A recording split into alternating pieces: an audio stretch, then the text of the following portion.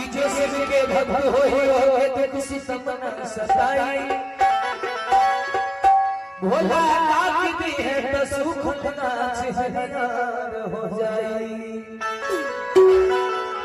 भक्त के अपन भोला रक्षा करी जजन श्रद्धा होई साचू है शिव जी के पाई कहे से चलिए भैया ओम से ब्रह्म बनल सत्य बनल शिव शंकर से ओम से ब्रह्म बनल सत्य बनल शिव शंकर से सारा दुख दूर हो जाला अरे बोल बोल के मंत्र से यही से कहता है कि जैसे नाथ भोले